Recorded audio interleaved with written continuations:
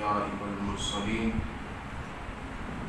وعلى آله وصحبه أجمعين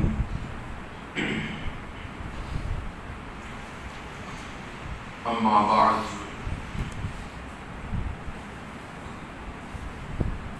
سورہ احزاب شریف جس کی ہم نے 55 آیات جن کا ترجمہ اور تفسیر و تشریح سماعت کر چکے ہیں، آیت نمبر 56 اللہ تبارک و تعالی ارشاد فرماتا ہے، بسم اللہ الرحمن الرحیم، ان اللہ وملائکتہ یصلون علی النبی یا ایہا الذین آمنوا صلوا علیہ وسلموا تسلیما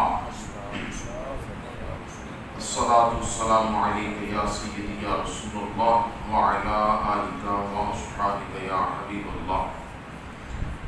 سورہ احزاب شریف کی یہ 56 نمبر آیت درود و سلام اللہ تعالیٰ اپنے حبیب علیہ السلام پر درود و سلام ارشاد فرمایا، ان اللہ و ملائکتہ یصلون علی النبی، بے شک اللہ تعالی اور اس کے فرشتے غیب بتانے والے پیارے نبی علیہ السلام پر درود بھیجتے ہیں۔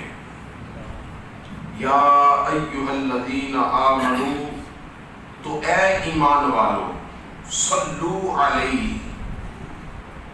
تم بھی اپنے حبیب علیہ السلام پر درود بھیجا کرو، وسلموا تسلیما، اور سلام بڑے ادب اور محبت سے خوب سلام۔ حضور کریم علیہ السلام کی ذات اقدس پر درود و سلام پڑھنا یہ ایک نہایت مقبول عبادت ہے، مقبول عمل ہے، اور پھر کریم محبوب علیہ السلام کی عظمت کا اندازہ یہاں سے لگایا جا سکتا ہے کہ آیت کے آغاز میں اللہ تعالیٰ نے ارشاد فرمایا، ان اللہ و ملائکتہ یصلون علی النبی۔ مطلب کیا ہے اس کا؟ آپ قرآن کے اسلوب کو اگر دیکھیں نا، تو قرآن کا پورے کا پورا مطالعہ کرنے کے بعد قرآنی اسلوب ہمیں یہ بتاتا ہے کہ اللہ تعالیٰ نے پورے قرآن میں، توجہ فرمائیے گا، پورے قرآن میں خدا نے جس جگہ پر بھی، جس کام کے لیے بھی اللہ تعالیٰ نے ہمیں حکم دیا ہے، ترغیب دلائی ہے، ڈائریکٹ اللہ تعالیٰ نے اس امر کی ہی ترغیب دلائی ہے، اس کا ہی حکم دیا ہے۔ مثلا نماز کا ذکر ہے تو خدا نے فرمایا نماز ادا کرو۔ زکوٰۃ کا حکم ہے، فرمایا زکوٰۃ ادا کرو۔ روزے کا حکم ہے تو فرمایا روزے ادا کرو۔ جس عمل کا بھی، جس خداوند قدوس نے فعل کا ارشاد فرمایا، اسی کا ذکر فرمایا۔ لیکن یہ درود و سلام اللہ تعالیٰ اگر اس آیت کا آغاز یہاں سے فرماتا کہ یا ایھا الذین آمنوا صلوا علیہ وسلموا تسلیما، اے ایمان والو درود و سلام پڑھو میرے حبیب علیہ السلام پر، تو آیت کی کفایت میں، آیت کے مکمل ہونے میں اور حضور علیہ السلام کی ذات پر درود و سلام پڑھنے کی ترغیب میں کوئی کمی پھر بھی نہیں تھی، مگر اللہ تعالیٰ نے یہ فرمانے سے پہلے، عمل ترغیبی ارشاد فرمانے سے پہلے، خداوند قدوس نے اپنا ارشاد فرمایا ان اللہ و ملائکتہ یصلون علی النبی، کہ بے شک اللہ اور اس کے فرشتے جو کام خدا اب تمہیں کہنے والا ہے اس سے پہلے وہ یہ کام کر رہے ہیں۔ سمجھ آئی بات؟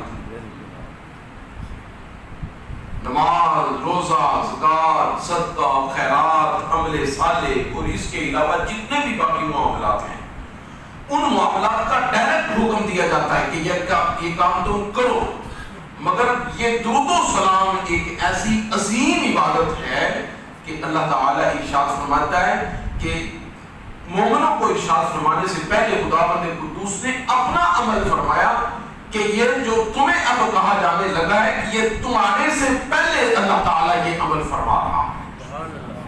یہ خداوند قدوس کا عمل ہے کہ بے شک اللہ اور اس کے فرشتے اپنے حبیب علیہ الصلوۃ والسلام کی ذات اقدس پر درود و سلام بھیجتے ہیں، پڑھ رہے ہیں اپنے حبیب علیہ الصلوۃ والسلام۔ بخاری شریف کے اندر اس کا ذکر موجود ہے کہ اللہ تعالیٰ اپنے حبیب علیہ الصلوۃ والسلام پر درود و سلام جو بھیجتا ہے اس کا معنی کیا ہے؟ اللہ تبارک و تعالیٰ جو اپنے حبیب علیہ الصلوۃ والسلام کی ذات اقدس پر درود و سلام بھیجتا ہے، معنی اس کا کیا ہے؟ کہ فرمایا فَهِيَ مِنْهُ عَزَّ وَجَلَّ ثَنَاؤُهُ عَلَيْهِ عِنْدَ الْمَلَائِكَةِ وَتَعْظِيمًا، یعنی اللہ تعالیٰ کے درود و سلام بھیجنے کا معنی یہ ہے کہ اللہ تعالیٰ فرشتوں کو بلاتا ہے اور فرشتوں کو بلا کر اپنے قریب اپنا قرب عطا فرما کر اللہ تعالیٰ پھر فرشتوں کے اندر اپنے محبوب علیہ الصلوۃ والسلام کی اچھی اچھی صفتیں بیان کرتا ہے، اچھے اچھے اوصاف بیان کرتا ہے۔ ثناؤہ علیہ، محبوب علیہ الصلوۃ والسلام کی ثنا، آپ کے اوصاف حمیدہ کا تذکرہ عند الملائکہ، فرشتوں کے نزدیک، و تعظیمہ، اور حضور علیہ الصلوۃ والسلام کی تعظیم و توقیر کا تذکرہ خداوند قدوس فرشتوں کے درمیان کرتا ہے۔ یہ معنی ہے حضور علیہ الصلوۃ والسلام کی ذات اقدس پر اللہ تعالیٰ کا درود و سلام پڑھنا، اور فرشتے پھر جب اپنے حبیب علیہ الصلوۃ والسلام نبی آخر الزمان پیارے آقا علیہ الصلوۃ والسلام کا تذکرہ خدا سے جب سنتے ہیں تو پھر وہ سن کر اپنے دل میں ایک دوسرے سے پھر کہتے ہیں کہ کیا بخت اس عظیم ذات کے کہ جس کے تذکرے ہمارے درمیان خدا فرما رہا ہے، کیا عظمت اس شخصیت کی کہ جس کے تذکرے خدا فرما رہا ہے۔ کسی نبی، کسی رسول، کسی اولو العزم ہستی کو یہ مقام، یہ درجہ نصیب ہی نہیں ہوا کہ اللہ تبارک و تعالی فرشتوں کے درمیان ان کے تذکرے کرے۔ عزت والے وہ بھی ہیں، عظمت والے وہ بھی ہیں، مقام مرتبے میں بڑھ کر ہیں، لیکن یہ ایک منصب جو اللہ تعالیٰ نے اپنے حبیب علیہ الصلوۃ والسلام کو عطا کیا، یہ حضور کا ہی خاصہ ہے۔ تو حضور علیہ الصلوۃ والسلام پر درود و سلام یہ اللہ تبارک و تعالیٰ بھیجتا ہے، اللہ تعالیٰ کے فرشتے بھیجتے ہیں۔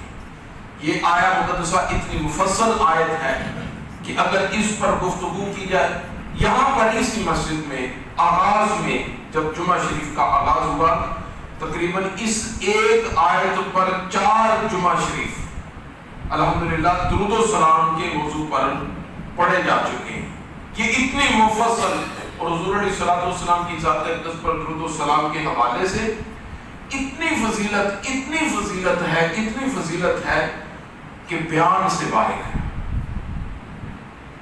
دیکھیں ان اللہ و ملائکتہ یصلون، یہ یصلون کون سا صیغہ اللہ تعالیٰ نے استعمال فرمایا؟ سب سے پہلے دیکھنے والی چیز یہ ہے کہ اس میں اللہ تعالیٰ نے ایک فعل کا تذکرہ کیا ہے، آیت میں ایک فعل کا ذکر کیا ہے۔ وہ فعل کیا ہے؟ وہ فعل ہے درود و سلام پڑھنا۔ وہ فعل ہے درود و سلام پڑھنا۔ فعل ایک ذکر کیا، ایک فعل ذکر کر کے اللہ تعالیٰ نے اس ایک فعل کی نسبت 3 ذاتوں کی طرف اس کی نسبت کی ہے۔ 3 ذاتوں کی طرف اس کی نسبت ہوئی ہے ایک فعل کی۔ سب سے پہلے اس کا تذکرہ کیا تو اللہ تعالیٰ نے اس کی نسبت اپنی طرف فرمائی، ان اللہ، بے شک اللہ، یہ فعل جس کا ذکر کیا جا رہا ہے اس فعل کا فاعل اللہ تعالیٰ ہے، سب سے پہلا فاعل اللہ تعالیٰ ہے۔ وَمَلَائِكَتَهُ، دوسرا فاعل اس فعل کا اس کے فرشتے ہیں، اور تیسرا فاعل اللہ تعالیٰ نے اینڈ میں جا کے جو بیان فرمایا یا ایھا الذین آمنوا صلوا، امر کے صیغے کے ساتھ کہ اہل ایمان اس فعل کے فاعل ہیں۔ 3 تذکرے کیے ہیں اس فعل کے۔ اچھا توجہ ہے، فعل کے 3 تذکرے کرنے کے بعد اب ذہن کے اندر سوال یہ پیدا ہوتا ہے کہ یہ فعل کے فاعل کب سے ہیں؟ جس فعل کا تذکرہ کیا جا رہا ہے یہ کب سے ہے؟ اس کی مدت کیا ہے؟ اس کی لمٹ کیا ہے؟ یہ کب سے شروع ہوا ہے؟ کب تک رہے گا؟ دیکھیں اس کا ڈیوریشن کیا ہے؟ کسی بھی فعل کو دیکھنے کے لیے، کسی کی بھی فعل کی اہمیت کو جانچنے کے لیے، اس کی جانچ پڑتال کرنے کے لیے اس کے سیاق و سباق کو دیکھا جاتا ہے، اس کا آگے پیچھے دیکھا جاتا ہے، اس کی اہمیت کو دیکھنے کے لیے اس کے ماورا کو دیکھا جاتا ہے، اس کے آگے پیچھے دیکھا جاتا ہے کہ یہ کب سے شروع ہوا، کس نے اس کو شروع کیا اور کب تک رہے گا، آخر اس کی لمٹ کیا ہے، اس کی حد کیا ہے۔ فعل کی اہمیت تب پتہ چلتی ہے۔ فعل کا تذکرہ کیا تو سب سے پہلے فعل کی اہمیت کا تو اسی چیز سے پتہ چل جانا چاہیے کہ سب سے پہلے اس فعل کا فاعل اللہ تعالیٰ ہے۔ جب اس فعل کا فاعل اللہ تعالیٰ ہے تو پھر اس کی لمٹ دیکھنے کے لیے مجھے بتائیں خالق کائنات کی حد کون سی ہے؟ اللہ تعالیٰ کی حد کون سی ہے؟ خدا کی حد کوئی نہیں ہے۔ تو پھر دیکھا جائے گا کہ اللہ تعالیٰ نے فرمایا یصلون، مضارع کا صیغہ ہے، فرمایا کہ اور پھر اسے اسم لایا گیا ہے، جملہ اسمیہ خبریہ ہے۔ یہ فرمایا کہ یصلون معنی کیا ہے؟ پوچھا جائے گا کہ یہ درود و سلام کب سے ہے؟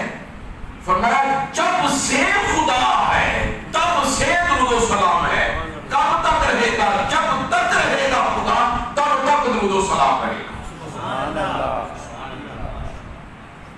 اگر خداوند قدوس اس جملہ اسمیہ کے اندر اپنی ذات کا فاعل تذکرہ نہ فرماتا، اپنا فاعل ذکر نہ کرتا اور اللہ تعالیٰ کی ذات کو اگر اس میں مذکور نہ کیا جاتا، خداوند قدوس اپنا اس میں گرامی سائڈ پہ کر لیتا، تو پھر اس کے دوام کی کوئی دلیل ہی نہیں رہتی تھی۔ کیوں؟ اس لیے کہ اہل ایمان کے لیے بھی فنا ہے، فرشتوں کے لیے بھی فنا ہے، بقا تو کسی کے لیے بھی نہیں۔ مخلوق کے اندر جو کچھ بھی ہے وہ سب فانی ہے۔ جب سب فنا ہو جائے گا تو فنا ہونے کے ساتھ ان کے ذکر کی کو بھی فنا۔ پھر جب اللہ تعالیٰ نے اپنے حبیب علیہ الصلوۃ والسلام کے درود و سلام کو ذکر کیا تو سب سے پہلے اپنی ذات کا ذکر کرنے کے ساتھ اشارہ یہ دے دیا میری ذات کو فنا نہیں، ہمیشہ ہمیشہ کے لیے بقا ہے۔ تو جب خدا کی ذات کو بقا ہے تو خدا کی ذات کا فعل درود و سلام ہے، میرے حبیب علیہ الصلوۃ والسلام کے درود و سلام کو بھی بقا ہے۔ اس لیے کہا جاتا ہے کہ ایک وقت آئے گا اس کائنات میں، ایک وقت آئے گا اللہ اللہ کرنے والے سب مٹ جائیں گے، خدا کا ذکر ایک لمحے کے لیے خدا کا ذکر معدوم ہو جائے گا کہ جب اللہ تبارک و تعالیٰ کا امر ربی آئے گا، قضا آئے گی، مخلوق کے اندر کوئی ایک ذات بھی باقی نہیں رہے گی، حتیٰ کہ سب کو موت کا ذائقہ چکھانے والی ذات حضرت سیدنا اسرافیل علیہ السلام، اسرائیل علیہ السلام، ان کو بھی بلایا جائے گا اور موت کے سامنے کھڑا کر کے انہیں بھی موت عطا کر دی جائے گی۔ جب انہیں بھی موت عطا کر دی، ساری کائنات کو موت کا ذائقہ چکھانے والے اسرائیل علیہ السلام وہ موت کا ذائقہ چکھیں گے۔ اسرافیل علیہ السلام، حضرت جبرائیل علیہ السلام، حضرت میکائیل علیہ السلام، سب کو موت اپنی لپیٹ میں لے لے گی، پیچھے کچھ بھی نہیں بچے گا۔ جب کچھ بھی نہیں بچے گا تو بتائے خدا کا ذکر ایک لمحے کے لیے معدوم ہو جائے گا، رک جائے گا، ختم ہو جائے گا۔ اس لمحے کے جب خدا کا ذکر مٹ جائے گا، ذکر مصطفیٰ اس وقت بھی ہوتا رہے گا۔ ذکر حبیب اس وقت بھی ہوگا، اور یہ خداوند قدوس کی اپنے حبیب علیہ الصلوۃ والسلام کے ساتھ وہ لازوال محبت ہے کہ کائنات میں ایسی محبت کسی محبوب نے اپنے محب کے ساتھ کی نہیں ہے۔ یہ محبت کا ثمر ہے کہ محبوب ہم نے آپ کے ساتھ جب محبت کی ہے تو اس محبت کا جب وہ تقاضا یہ ہے کہ سب مٹ جائیں، خدا کی محبت کبھی بھی نہ مٹے۔ خدا کی محبت نہیں مٹ سکتی، اس لیے اللہ تعالیٰ نے اپنے حبیب علیہ الصلوۃ والسلام کے ذکر کو اپنی طرف منسوخ کیا۔ مانا یہ مخلوق ساری ایک لمحے کے لیے ختم ہو جائے گی، جب مخلوق ختم ہو جائے گی تو خالق کا ذکر مخلوق کرتی ہے، تو مخلوق کے ختم ہونے کے ساتھ خالق کا ذکر مٹ جائے گا، ایک لمحے کے لیے ختم ہو جائے گا۔ پھر جب خالق کا ذکر جو ختم ہوگا تو خالق تو ہے، جب خالق ہے تو یہ آیت ہمیں بتا رہی ہے جب خالق ہے تو خالق اگر کوئی کام کرتا ہے اپنی شایان شان تو وہ فقط اور فقط اپنے حبیب علیہ الصلوۃ والسلام کی ذات پر درود و سلام، حضور علیہ الصلوۃ والسلام پر درود و سلام پڑھا جاتا ہے۔ اور پھر اللہ تعالیٰ نے آگے فرمایا یہ اتنا پاکیزہ، نفیس، طیب، طاہر اور ایسا مقبول ترین عمل ہے، تو اس مقبول ترین عمل کے لیے پھر جس کو منتخب کیا جائے وہ بھی کوئی مقبول ہونا چاہیے۔ پاکیزہ عمل ہے تو جس کو منتخب کیا جائے وہ بھی پاکیزہ ہونا چاہیے۔ نفیس ترین عمل ہے تو جس کو جب وہ اس کے لیے منتخب کیا جائے، جسے چنا جائے وہ بھی نفیس ترین ہونا چاہیے۔ خداوند قدوس نے اپنی کل عالم مخلوقات میں سے سب کو نہیں مخاطب کیا، ہر کسی کو نہیں دعوت دی، نہیں خاص محفلوں میں خاص لوگوں کو بلایا جاتا ہے۔ اگر خاص محفلوں میں عام لوگوں کو بلا لیا جائے نا تو اور کچھ بھی نہ ہو تو کم از کم اس ایک خاص محفل کی ویلیو کم ہو جاتی ہے، سمجھ رہے نا؟ خاص محفل میں خاص لوگوں کو بلایا جاتا ہے، اس لیے اس پاکیزہ ترین عمل میں اللہ تعالیٰ نے فرمایا یا ایھا الذین آمنوا، جتنے میرے محبوب علیہ الصلوۃ والسلام کو دل و جان سے ماننے والے ہیں اب وہ اس میں شامل ہوں گے، وہ اس میں شامل ہوں گے، وہ پھر حضور علیہ الصلوۃ والسلام کی ذات اقدس پر درود و سلام پڑھیں۔ الابانہ کی، الکامل کی اور دیگر تاریخی دوسری کتابوں کے ریفرنس کے ساتھ حضرت امام زین العابدین نے جب 73 فرقوں کا تذکرہ کیا، کس نے؟ امام زین العابدین رضی اللہ تعالیٰ عنہ، آپ نے جب 73 فرقوں کا ذکر کیا تو آپ نے فرمایا ان 73 فرقوں میں سے 72 جہنمی ہیں۔ یہ کریم محمد علیہ الصلوۃ والسلام کی وہ حدیث مبارکہ پڑھی کہ ان بنی اسرائیل 72 فرقوں میں بٹ گئے تھے اور میری امت 73 فرقوں میں بٹ جائے گی۔ یہ حدیث مبارکہ پڑھی حضرت امام زین العابدین نے اور اپنے سامعین سے فرمایا 72 فرقے جو ہوں گے وہ جہنمی ہوں گے، اور ان سب میں جنتی کتنے؟ کتنے جنتی؟ کتنے؟ صرف ایک جنتی ہے، صرف ایک جنتی ہے، باقی 72 جہنمی ہے۔ یہ لفظ ذرا غور سے سماعت فرما لیں، 72 جہنمی ہے اور ایک جنتی ہے۔ ہم کہتے ہیں کہ اس کو بھی کچھ نہ کہیں، اس کو بھی کچھ نہ کہیں، وہ بھی صحیح ہے، وہ بھی صحیح ہے، وہ بھی صحیح ہے، جو صحیح ہے وہ تو جنت کا حصہ ہے، جو بھی صحیح ہے وہ تو جنت کا حصہ ہے، اور صحیح ہو اور جہنم چلا جائے یہ کیسے ہو سکتا ہے؟ حضور کریم علیہ الصلوۃ والسلام نے 72 جہنمی ہیں اور ایک جنتی ہے۔ امام زین العابدین سے پوچھا کہ حضرت جی وہ ایک جو جنتی ہے وہ کون سا ہے؟ آپ نے فرمایا ہم اہل سنت والجماعت، وہ اہل سنت والجماعت ہے۔ پھر پوچھا ان کی علامت کیا ہوگی؟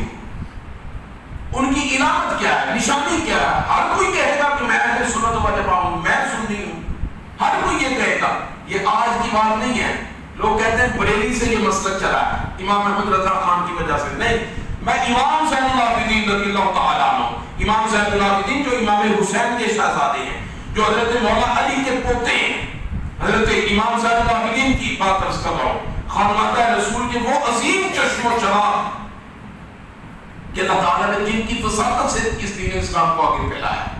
وہ فرمایا ہے کہ علامات من اہل سنت والجماعت کثرتہم صلاۃ علی رسول اللہ صلی اللہ علیہ وسلم. فرمایا اہل سنت و جماعت کی بہت ساری علامتیں ہوگی، ان میں سے سب سے بہترین علامت یہ ہوگی کہ وہ اپنے حبیب علیہ الصلوۃ والسلام کی ذات پر درود و سلام کثرت کے ساتھ پڑھتے ہوں. کثرت کے ساتھ حضور علیہ الصلوۃ والسلام کی ذات پر درود و سلام پڑھتے ہوں گے.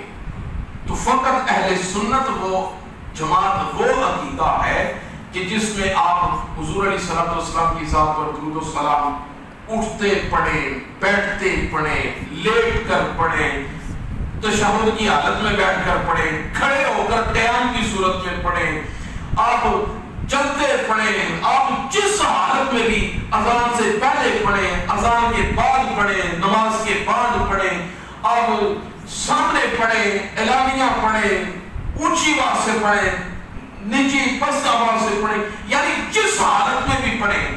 صرف اور صرف یہ مسلک حق اہل سنت و جماعت وہ عظیم مسلک ہے کہ جس میں آپ کو کسی قسم کا کوئی شائبہ نظر نہیں آئے گا. جس حالت میں بھی کوئی درود و سلام سنے گا اس کا دل پاک پاک ہو جائے گا. لیکن کچھ تو وہ ہیں کہ جو قیام کی حالت میں درود و سلام پڑھے تو پھر اعتراض، نماز اذان سے پہلے پڑھے تو پھر اعتراض، اذان کے بعد پڑھے پھر اعتراض، یہ اس طرح کیوں پڑھا ہے پھر اعتراض، اس سیغے کے ساتھ کیوں پڑھا ہے پھر اعتراض، یہاں پہ کیوں پڑھا ہے پھر اعتراض. جو اعتراض کی صورت اپناتے ہیں انہیں یہ دیکھنا چاہیے کہ درود و سلام پر اعتراض نہیں ہے، اصل میں بغض یہ ہے کہ یہ پڑھا کیوں جا رہا ہے. اصل میں بغض یہ ہے کہ یہ پڑھا کیوں جا رہا ہے. لہذا جو درود و سلام کی عبادت ہے اللہ تبارک و تعالیٰ اپنے مقبول بندوں کو اس چیز کی ڈیوٹی عطا فرماتا ہے. مقبول بندوں کو اس کی ڈیوٹی عطا فرماتا ہے. صاحب معرج النبوہ ان سے کسی نے سوال کیا، آخری بات، ان سے کسی نے سوال کیا کہ حضرت جی مجھے کوئی وظیفہ عطا فرما دیں. کوئی بندہ آیا، لوگ اپنے بزرگوں سے وظیفے لیتے ہیں نا، حضرت جی کوئی وظیفہ عطا فرما دیں. آپ نے فرمایا وظیفہ مخلوق کا وظیفہ دوں یا خالق کا وظیفہ دوں؟ مخلوق کا وظیفہ دوں یا خالق کا وظیفہ دوں؟ عرض کرنے لگے حضور میری نیت تو یہ تھی کہ مخلوق میں کسی اعلیٰ ہستی کا، کسی بزرگ کا، کسی کامل ترین شخصیت کا، کسی اللہ کے مقرب بندے کا، کسی محبوب بندے کا وظیفہ مل جائے. میری نیت تو یہ تھی کہ اگر خالق کا وظیفہ مل جائے تو پھر تو ظاہر نصیب، پھر تو کیا بات ہے جی خالق کا وظیفہ. انہوں نے فرمایا اس کے علاوہ تم جو کچھ بھی پڑھو گے وہ مخلوق کا وظیفہ ہے، لیکن اگر ان سب سے افضل ترین اور بہترین وظیفہ کرنا چاہتے ہو تو ہر لمحے حضور علیہ الصلوۃ والسلام کی ذات پر درود و سلام پڑھا کرو کہ یہ خالق کا وظیفہ ہے. ہر لمحے حضور کریم علیہ الصلوۃ والسلام کی ذات پر درود و سلام پڑھا کرو کہ یہ خالق کا وظیفہ ہے. آج انشاءاللہ تعالی اسی پر، کل پھر انشاءاللہ تعالی ہم اسی آیت درود و سلام پر ہی گفتگو کریں گے. اللہ تعالی ہمیں عمل